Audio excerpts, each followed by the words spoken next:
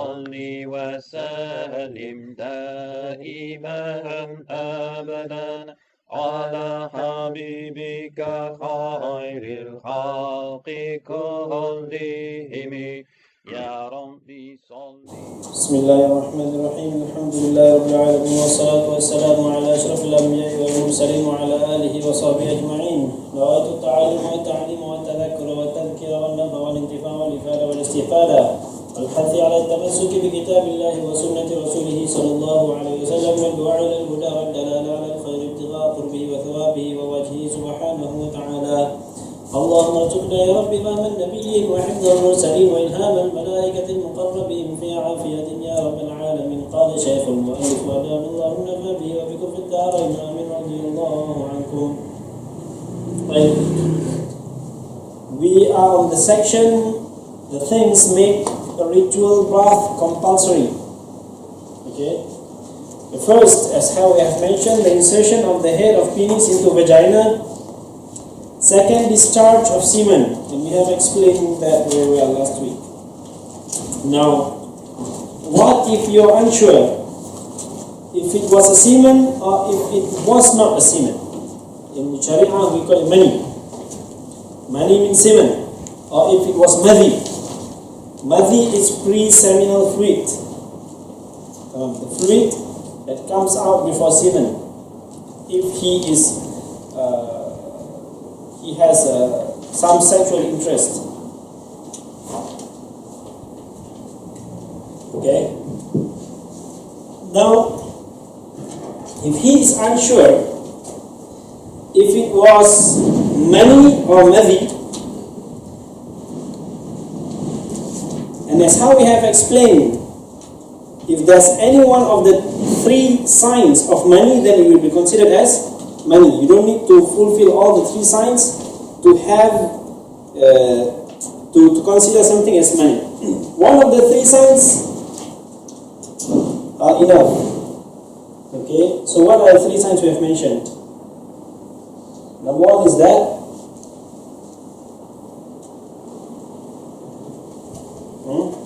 what are the three signs we mentioned? Number one, the smell. Is that right? The smell is like the smell of a dough. Secondly, it comes out in stages and you feel tiredness after it comes out. Am I right? And third,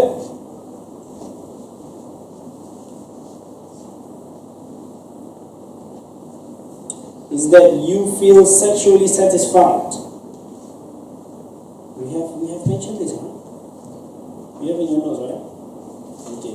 If you have one of the three things, then it is enough to have only one. Then it is confirmed, considered as semen, or what we call it, mani.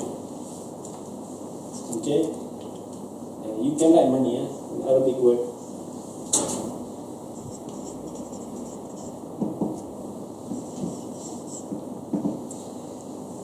If you don't have these three signs, and you are unsure whether it's mani or not mani, you are unsure, you don't see the three signs, but you think that you felt something like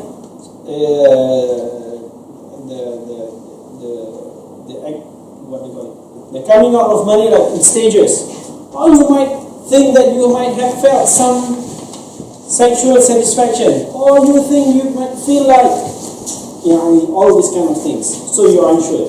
So what you do is, and you don't smell like mani, but it might smell something else, so what you do, you choose one of the two. Either it's mani or it's a madhi, or it's a madhi, pre-seminal.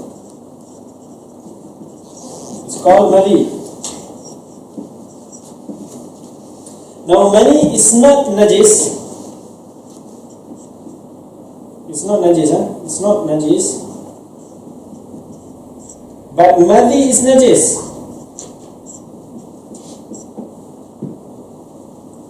When mani comes out, it necessitates a ritual bath, which means you have to do ghusl. Ghusl means ritual bath. It necessitates ritual bath, while madhi does not necessitate ritual bath. So if you fall into the position where you are unsure whether if it was a mani or if it was a madhi, you choose one of the two. If you take it as a mani, then you have to do the ritual bath, and whatever that falls on the clothes is not considered as najis.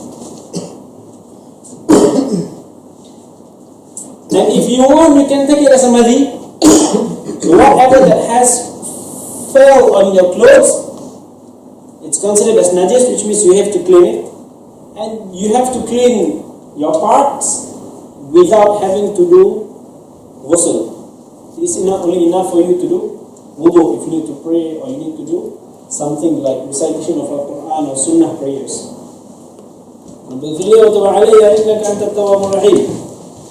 Is that clear? So far, is that clear? Okay? Okay. Okay. We started with this because we have completed the discussion on semen, discharge of semen. Okay, we just mention again. If you are unsure whether what comes out from you is a mani or madhi, either it's a semen or if it was a pre-seminal fluid, then what you do? First, you check the 3 signs that mani has. Now, mani doesn't have those. The fluid that you see doesn't have any of the 3 signs, but you think it was mani. So what you can do is you choose between one of the two. If you want to make it a mani, if you want to make it mani. If you make it as mani, then you have to do ghusl, ritual bath. If you want, you can make it as a madhi, then you just have to purify the place where there's the fluid, and then you only have to do wudu. But if it was a mani, then you don't even have to purify the part where there was a fluid, because in Madhab Shafi'i, mani is not najis, mani is tahir.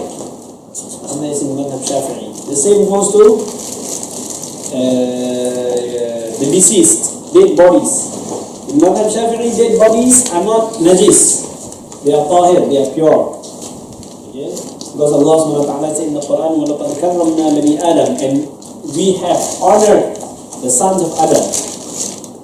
We have honored the sons of Adam. إِنَّكَ أَنْتَ التَّوَّابُ الرَّحِيمُ. Okay, so far is that clear? Before we go into the discussion of menstruation. Before we go into the discussion of menstruation.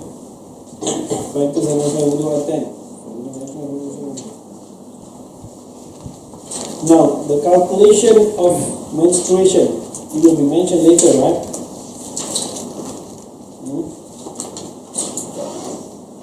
Yes, it's mentioned later. So we don't have to discuss on the period of menstruation and what are all the details. Now we just go that when a lady has a menstruation, after she has completed her menstruation, then only she is allowed to do ritual bath. Then it is only allowed for her to do her ritual bath, which means if she has not completed her menstruation, it is forbidden for her to do ritual bath. It is forbidden for her even to do wudu. In Madhab Shafi'i, a lady, or a woman, in her menstruation period, it is not allowed for her to do wudu and any kind of ibadah, any kind of act of worship. Wudu is an act of worship in Madhab Shafi'i. Wudu is an act of worship in Madhab Shafi'i.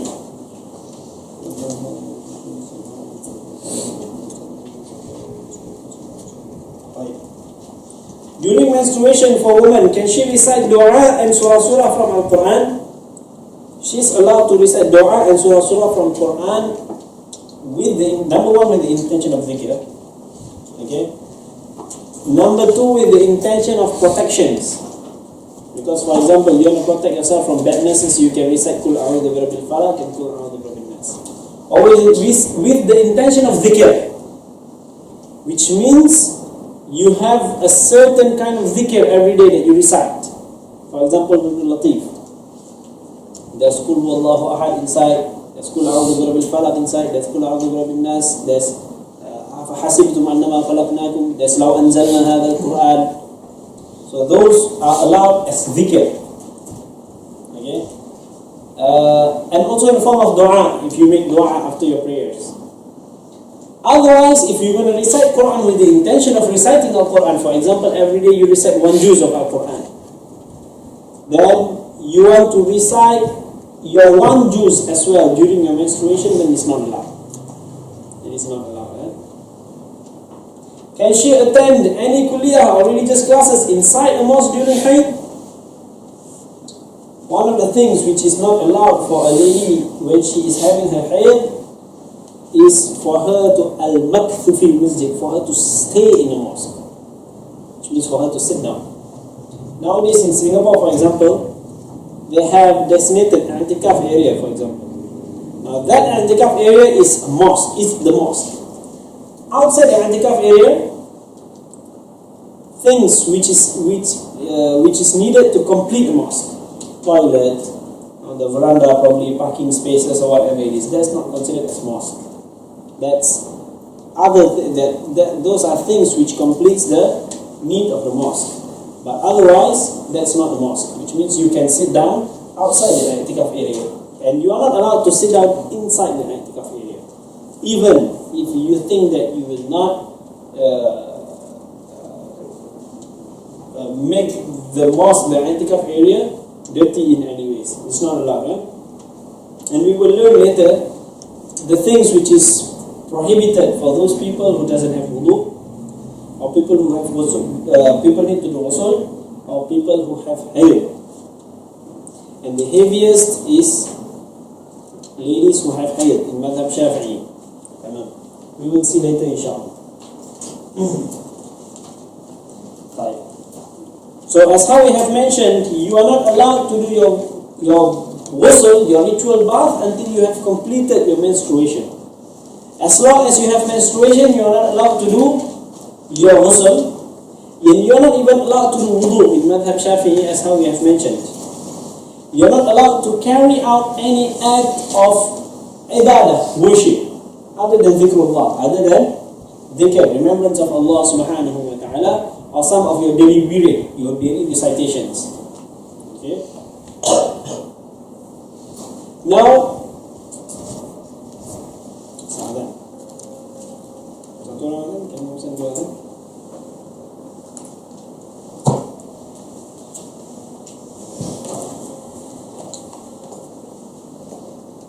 Allahu Akbar, Allahu Akbar, Allahu Akbar, Allahu Akbar.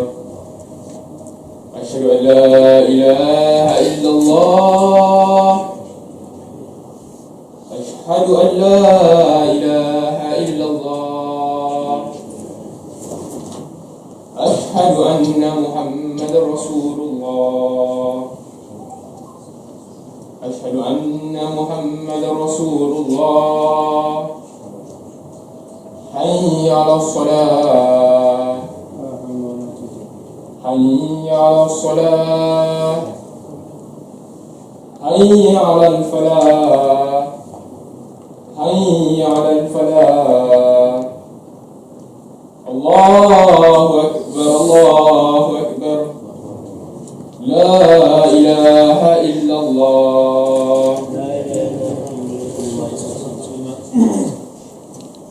وعلى سائر الأنبياء والمرسلين وتابعيهم بإحسان إلى يوم الدين. اللهم رب هذه الدعوة التامة والصلاة القائمة آت سيدنا محمد الوسيلة والفضيلة والشرف والدرجة العالية الرفيعة وبعثه اللهم محمودا الذي وعدته إنك لا تخلف الميعاد يا أرحم الراحمين. رب اغفر لي ولوالدي يا رب اغفر لي ولوالدي يا رب اغفر لي ولوالدي يا رب اغفر لي ولوالدي يا رب اغفر لي ولوالدي وارحمهم كما ربونا صغارا. اللهم إنا نسألك العفو والعافية والمعافاة الدائمة في الدين والدنيا والآخرة. وصلى الله على سيدنا محمد وعلى آله وصحبه وسلم. Right. Now, a woman who have her menstruation and she completed her menstruation, she is still not allowed to carry out any act of ibadah, okay, until she has taken her ritual bath, until she has done her ritual bath. Not even if the husband wants to come to her. Okay, if the husband wants to have a relationship with her, she needs to do Ghusul first. After she has done her Ghusul, then only the husband can come to her. Okay, except for two things that women are allowed to do even before they do their Ghusul. Number one is divorce. But she is not the one who is going to divorce the husband, but the husband is the one who is going to divorce her. And we should know that divorce cannot take place. Basically, the husband is not allowed to divorce the wife when she is having her menstruation, and not even in the pure period when the husband has consummated her. Okay, two things we have to remember for divorce. Number one, the husband is not allowed to divorce her when she is in her pure period but the husband has consummated her, which means the husband, if he wants to divorce the wife, he has to wait for the wife to get her menstruation and she should be pure from her menstruation, then only the husband is allowed to divorce her. Okay? Or if she is having her menstruation, the husband is not allowed to divorce her until she has completed her menstruation. Even before she do her Ghusul, then you are allowed to divorce her. Now, your wife has completed her menstruation, you want to divorce her, even before she does her Ghusul, before she does her ritual bath, yes, you are allowed to divorce her. Okay? Provided you have not consummated her again after she has completed her menstruation. Now, what happens if you divorce her in places where you are not allowed to? The divorce will still take place, it will still happen, except that you will get sin from Allah subhanahu wa ta'ala because of your act. Okay? Which means if you divorce your wife when you have consummated her in her pure period, or if you divorce her when she is having her menstruation, then the divorce will still take place, but you will get sin from Allah subhanahu wa ta'ala for your bad act. That's clear. So now, write down first, take your time.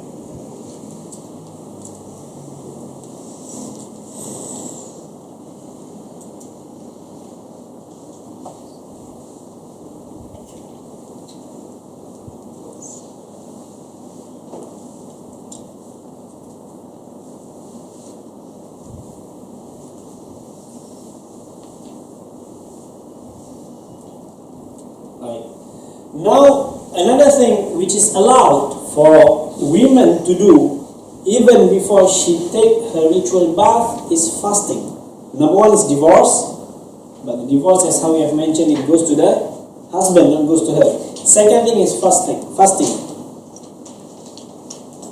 Once she has completed her menstruation, she doesn't have any menstruation anymore, and then Fajr comes in. Now, is she allowed to fast even before taking her ritual bath? Yes, she is allowed to fast.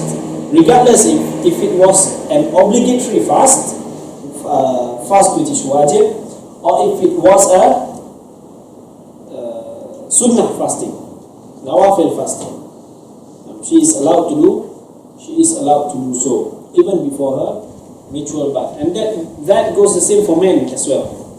They are allowed to fast. For example, they had relationship with their wife, and then they got up after Fajr, or even they get up before Fajr. They have their sahur, and then they didn't have time. For example, he doesn't have time to do Ghusul before Fajr comes in. Then Fajr comes in. Then after Fajr comes in, then only he wants to think how to do Ghusul, ritual bath. After he does his ritual bath, then he can pray his Fajr, while his fasting has begun at time of Fajr. Regardless if the fasting was a sunnah fasting, or if it was a fard fasting, if it was an obligatory fasting. Is that clear so far? So far clear? This is what we want to say in menstruation. And the next thing is postnatal bleeding, nifas. Okay.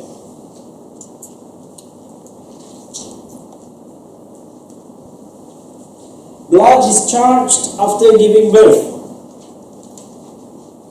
And the calculation will also be mentioned at the later part of the book, inshallah. So once you have completed your nifas, you have to do ghusl, the same as your hair. Okay. And next is childbirth. Now, once you have given birth, once you have gone through delivery, it is an obligatory upon you to do a ghusl, even if there was no postnatal bleeding. Even if there was no postnatal bleeding. It is wajib for you to do ritual bath. And regardless if it was a normal delivery or if it was a miscarriage. But now we want to know how many months or how many days it will be considered as miscarriage in Islam.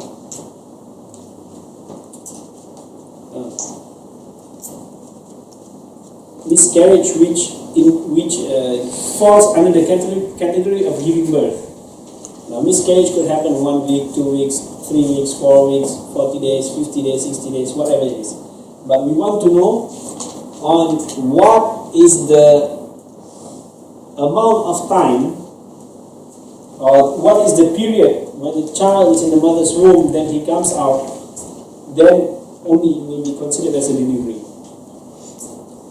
I have to go back to the book Kitab, because we have discussed that. It's either, I think it's 80 days.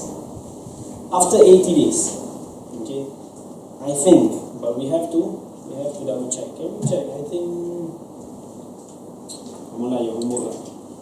how many people attend nikah here? No one. No one attend nikah here. MashaAllah. Our Friday class and okay, one is your homework in the nikah notes. There's I don't think we have we distributed yet? No, probably not. So can I give homework?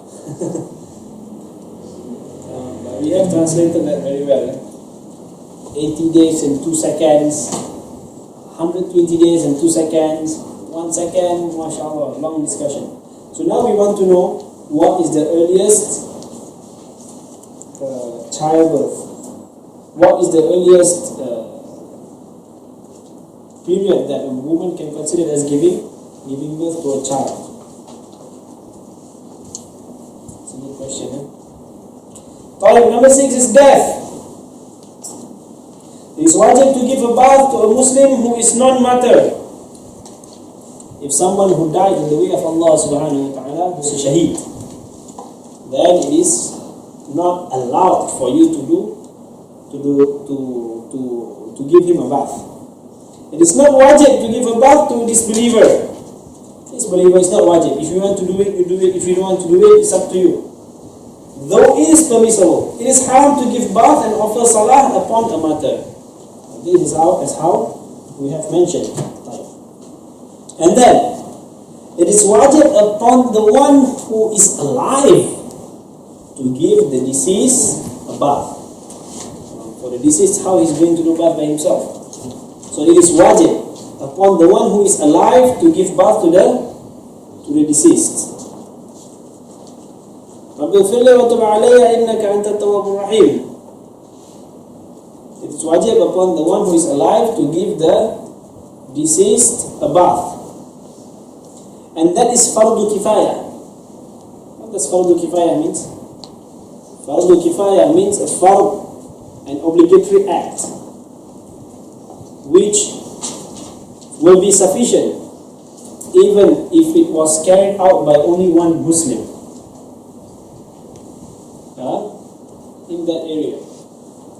Fardu kifayah is an obligatory act which will be sufficient even if it was carried out by a Muslim in that area.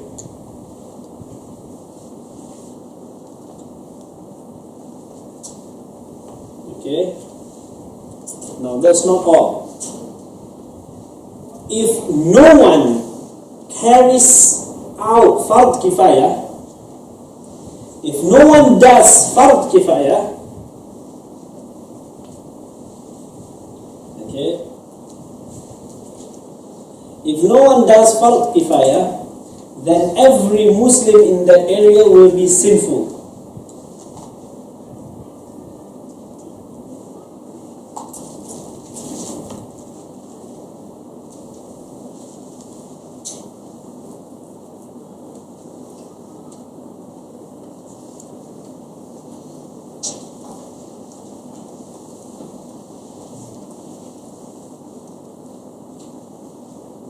What was the last sentence we said?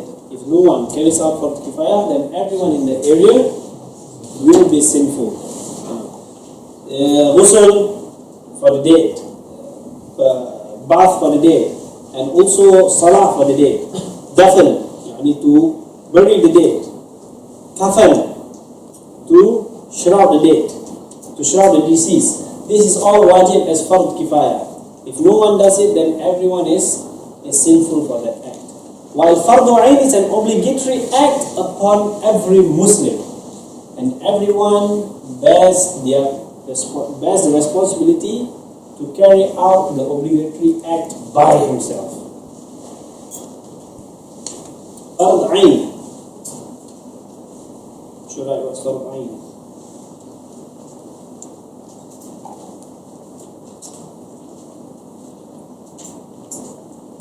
It is an obligatory act to be done by every Muslim.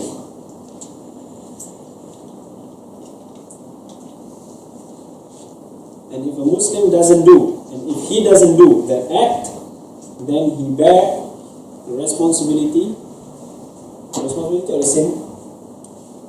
He bears the sin of disobedience.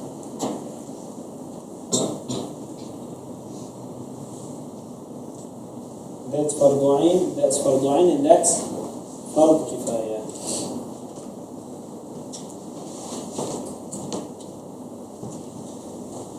Okay, there are a few things.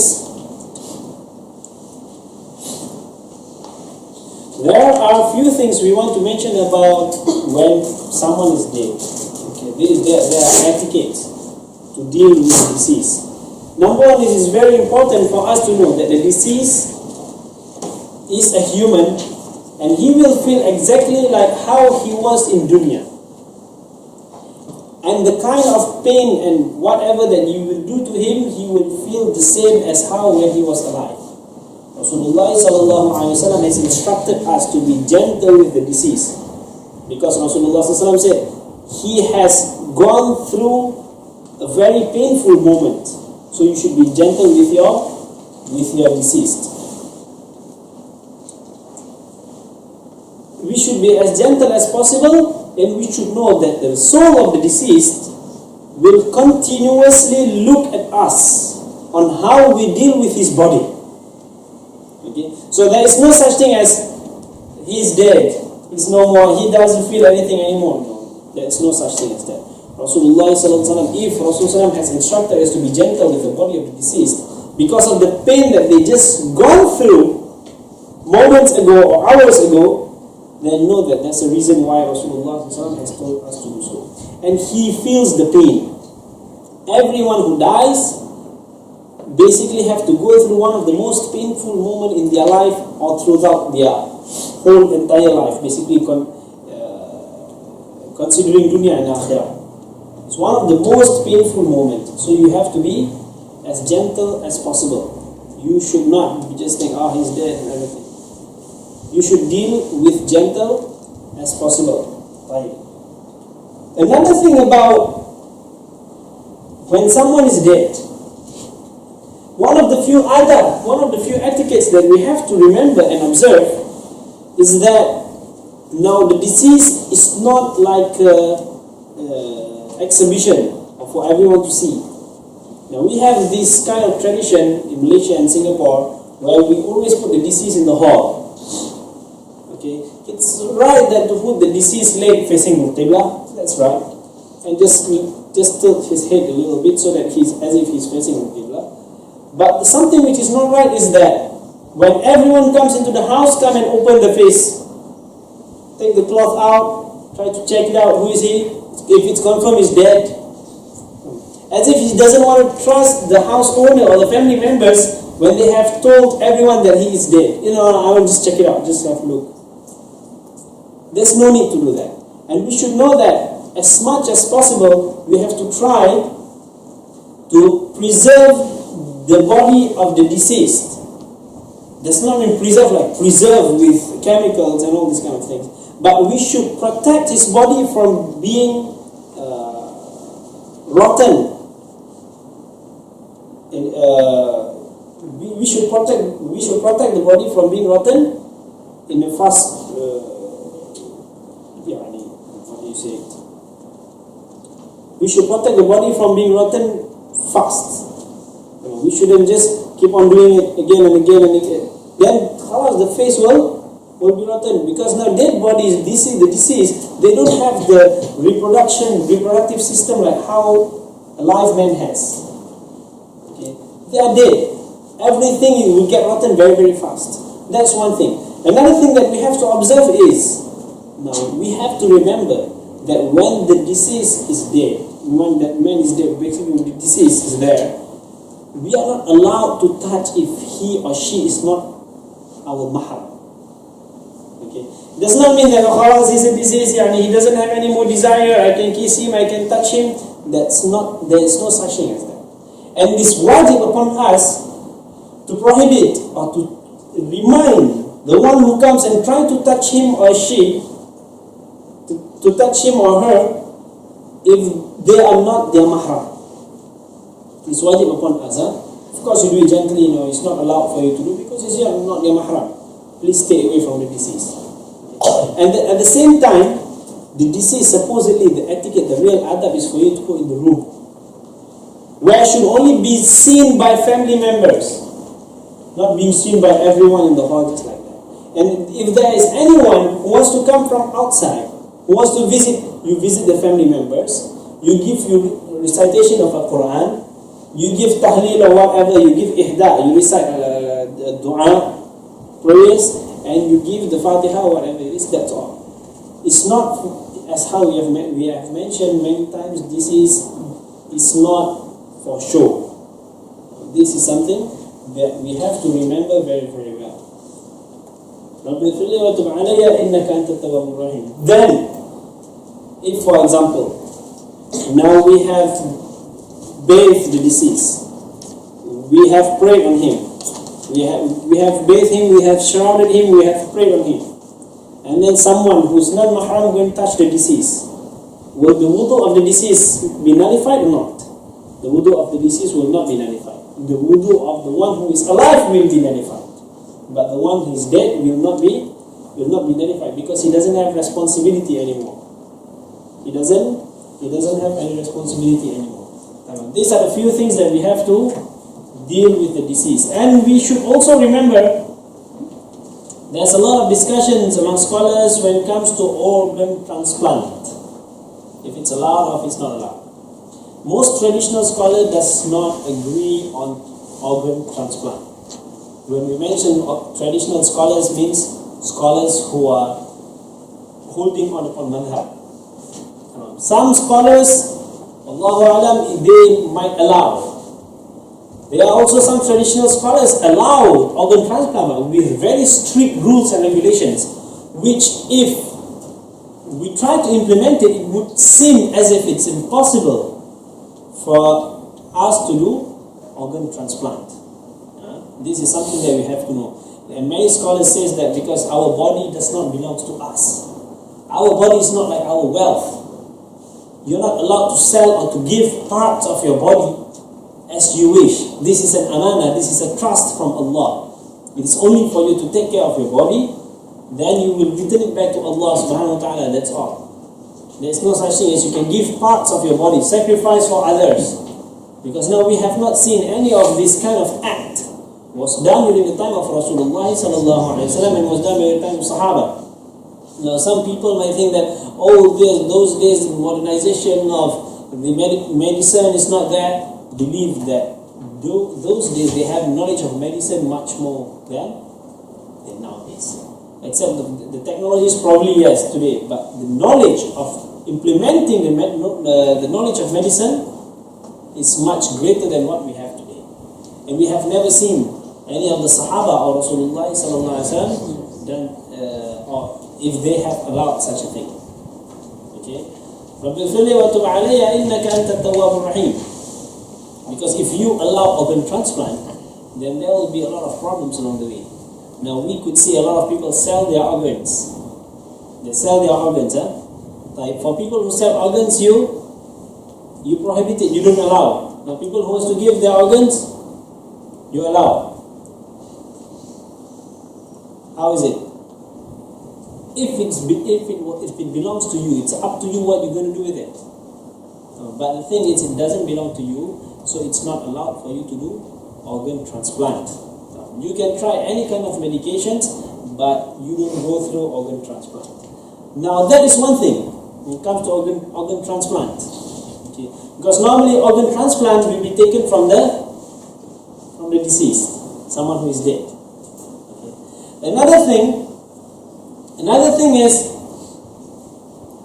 if autopsy is allowed to be done. Okay.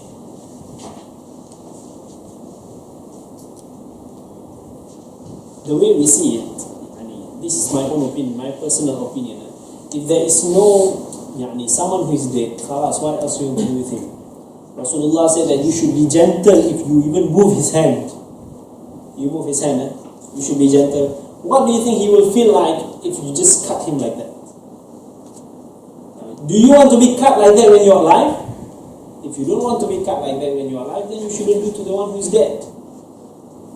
So as much as possible, if we can escape from autopsy, we can escape from organ transplant, then you should do. So this is something that which is very, very, very, very important. And in Singapore law, mashallah, all of you, not me. Because why? Because I'm excluded. I have this card. Do you have this card? Any one of you have this card? Yeah, Khairi. Oh, Khairi have. That's your card. So we are prepared for death. Human Organ Transplant Act. This is my advertisement in my classes now. Registration of objection to organ removal under section 9(2). Name Muhammad Imran. IC number, registration. This is to certify that your name is in the register of objectors for kidneys, liver, corneas. Inna lillahi wa inna ilaihi raji'un. Otherwise, your body does not belong to you. Take your cornea, take your liver, take your kidney, take your what? What's another heart? Oh, heart, man. What I'm going to show to Allah if I don't have heart.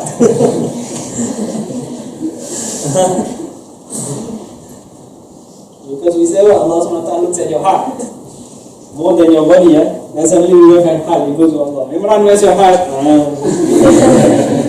I don't know. In Singapore, by law, if you don't object yourself out from the organ transplant, you will be basically all these parts of your body will be taken if they want to do. So, mashallah, tabarakallah, you know what to do next. If you are happy, to go to the grave where your eyes is not there, your heart is not there, your kidneys, your liver, mashallah, then it's up to you. If you're not happy with it, then do something. Do something. Which means if you have objected to go out, you will also not be able to receive. So what? I am against the idea of organ transplant in the first place. So of course, if I am against the idea of donating organ transplant or donating my organ, I'm also against the idea of taking people's organ.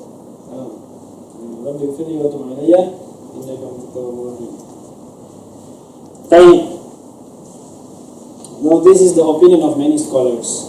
And the same thing goes to, this is something we have to be very frank.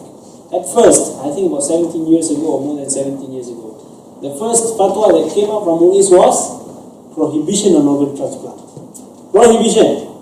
That was the first fatwa recorded. And then after some time, pressure from the government, and then what happened? You can donate your organ even to the non-Muslims. MashaAllah. Because Allah subhanahu wa ta'ala said, do good. Verily Allah subhanahu wa ta'ala love the good doers.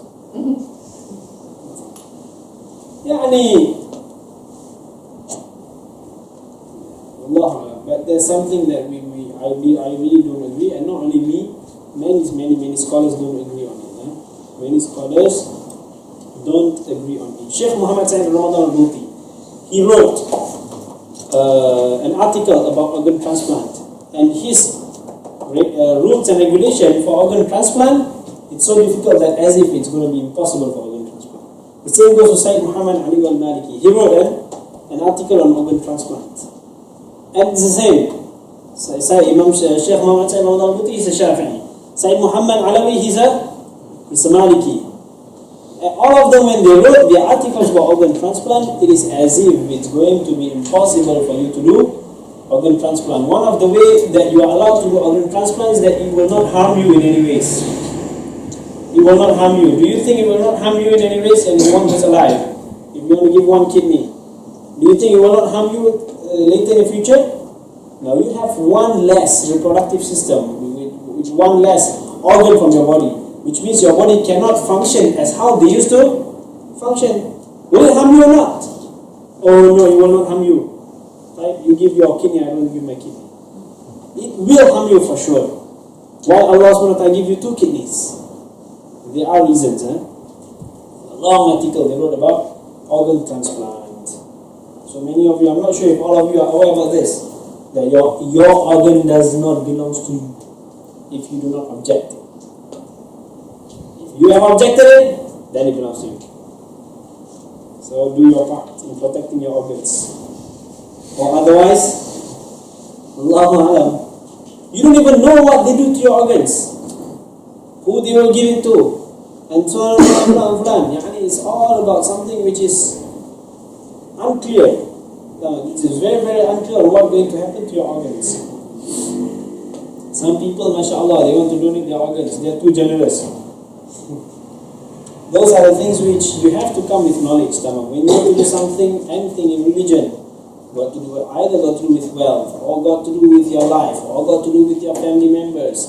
You have to do according to knowledge. If you think you don't have knowledge, then you should consult people, consult knowledgeable people, so that you don't do something which is against Allah subhanahu wa ta'ala.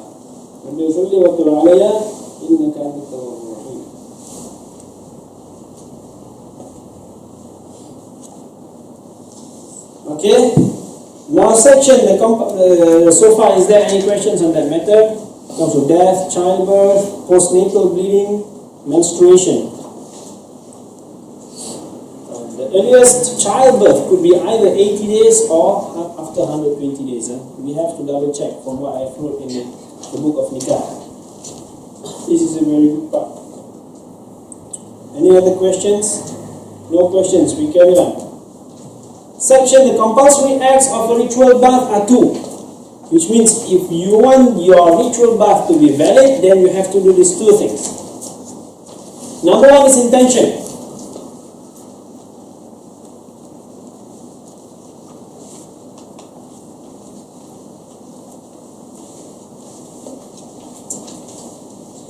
Number 1, when it comes to intention, as how we have mentioned in Madhab Shafi'i,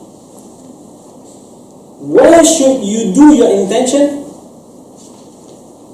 You should do your intention at the first part of that ritual act, which means now you're going to take ritual bath. You do your intention at the first moment when the water falls on your head or any part of your body. Okay? The first moment when the water falls on any part of your body, then you should do the intention. After, remember, after the water has touched your body, not before. If you want to do before, that's okay. But the most important is that you do when the water falls on your body, then only you start to do intention from your heart. As we know, the place of intention is in the heart. When we mention the intention, when we say it out loud, that is not intention, that is saying out the intention. But the reality of intention is what's in the heart. Okay? So that's very important. When you do salah, as how we have mentioned, when you do wudu, when do you do your intention? When you wash your face, after the water has touched your face, okay, then you do the intention in your heart. I'm doing this wudu for the sake of Allah. If you do Ghusul, if the water has touched any part of your bodies, okay, any parts of your body, then you do the intention in your heart, even if you don't want to say it out loud. If you want to say it out loud earlier, that's up to you. To remind you to say it again when you do your wudu. Ulama. I have been doing my Ghusul wrongly for the last 10 years or 15 years. Now what's going to happen to me? All my prayers, all my fasting, all my whatever I've done, that's no problem. Madhab Hanafi will cover you. Because in Madhab Hanafi, no, Madhab Hanafi will not cover you, unfortunately. Because in Madhab Hanafi, if you want to do Ghusul, you have to do God. You have to wash inside your nose and inside your mouth as well. So Madhab Hanafi will not cover you. Then where should you go next? I don't know. Find your way out. But I hope Allah SWT accept your prayers. Come on, I hope. But it's very important for us to be aware of the intention, part of intention. Now in Madhab Shafi'i, you want to do anything, any act of ibadah, act of worship that you need to mention for the sake of Allah, then you need to do intention. Without intention, your ibadah will not be valid, except for divorce. You don't need intention to divorce. Once you have said the divorce, regardless if you have intended or you didn't intend, you still have divorced your wife. Okay? Unless you are being forced, unless you say in your dream, I divorce you. In your dream. And then you get up, you don't know anything happens, then suddenly your wife says, you have divorced me. No, that's not a divorce. That's not a divorce.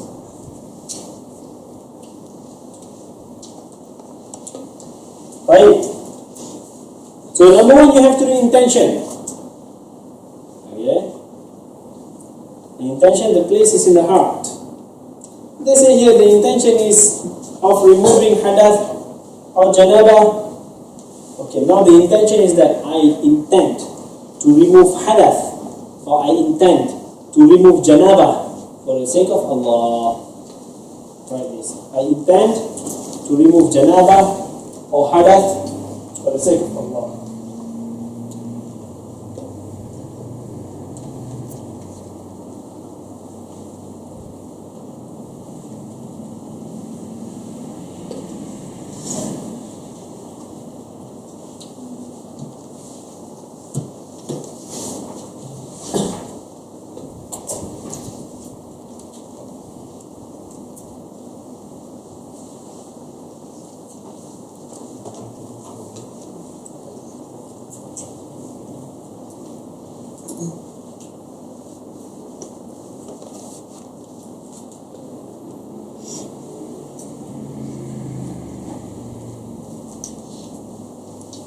Right. Number two, to ensure that water reaches the entire body. The water reaches all of the hair and skin to the roots of the hair, under the nails and the outwardly visible portion of the ear canals, including the area under the foreskin of an uncircumcised man. This is very important. And the private part of the non-virgin woman, which is normally exposed when she squats to relieve herself.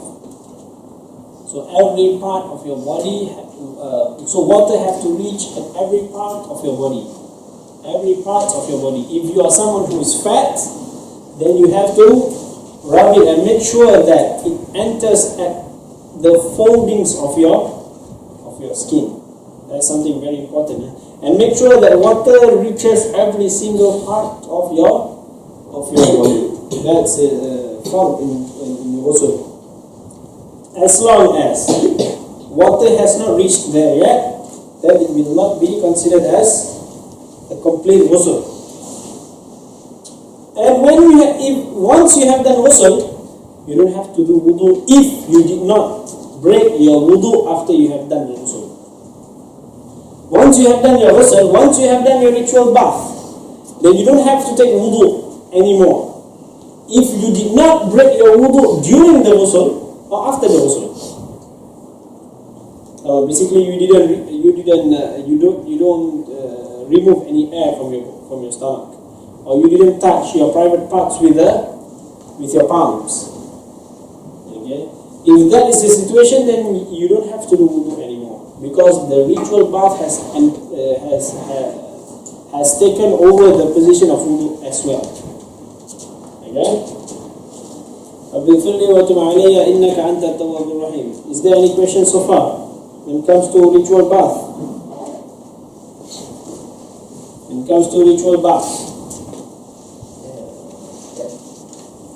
are there steps? Yes, there are steps. First you if you need to wash your private parts, you wash your private parts. Then you do wudu, and then you cover yourself. And then first you wash your head, and then you wash the right front part of your body, and then the left front part of your body, and then the right back part of your body, and then the left back part of your body. The same goes with janazah. Those are the steps. Okay, and then if you need to do wudu again, then you do wudu again. Otherwise, you don't have to do wudu anymore. The sunnah for ritual bath is for you to do wudu before the ghusl. But if you don't do wudu before the ghusl wudu will be considered together with the ghusl. So you don't have to do any more wudu after the ritual bath.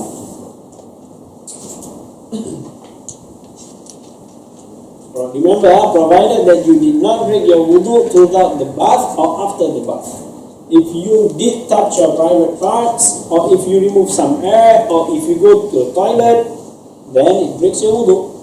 And we will learn about what breaks your wudu later in the book.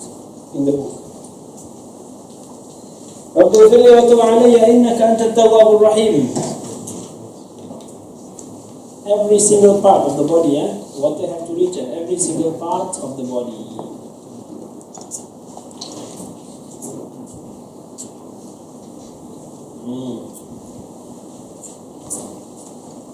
Niyyah.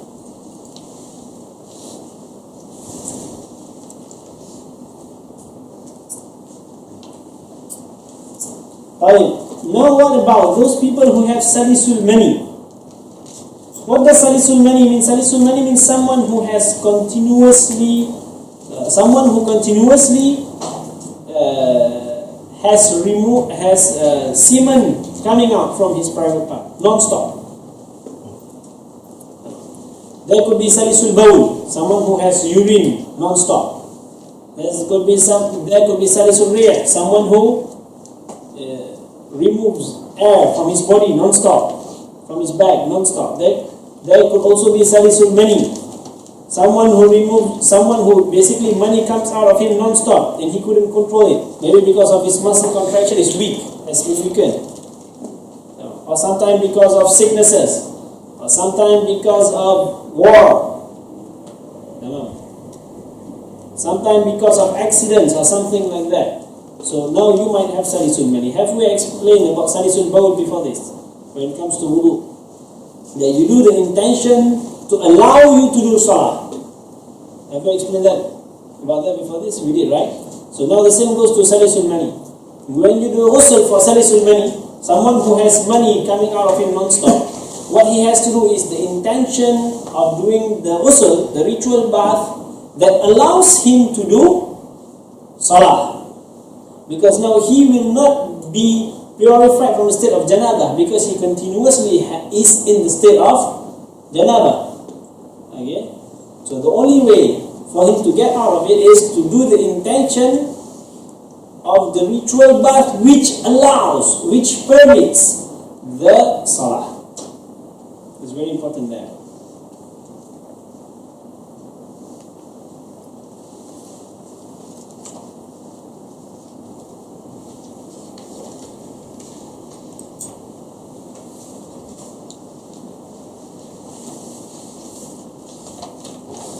ما ظهر من فرج الذكر والطين إذا قعدت بقضاء حاجتها لا باطن فرج وأنف وعقد شعر إن عقد بنفسه والتن ويجب نقض الضفائر إذا لم يصل الماء إلى باطنها إلا به.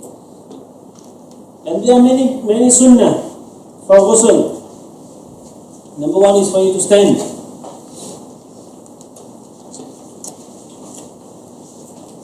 Sunnah of ghusl. Number one is for you to stand. Secondly, for you to face the Qibla.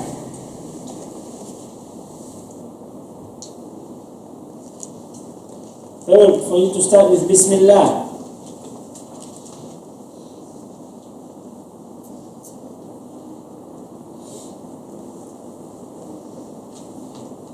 Fourth,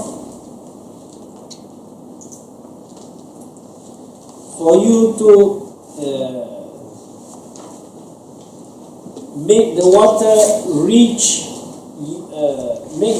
reach at hidden part of your body. It's wajib, but it's sunnah for you to do excess, probably under your arms, whatever part which is folded on your body, which is folded or hidden. And then the next one is to massage.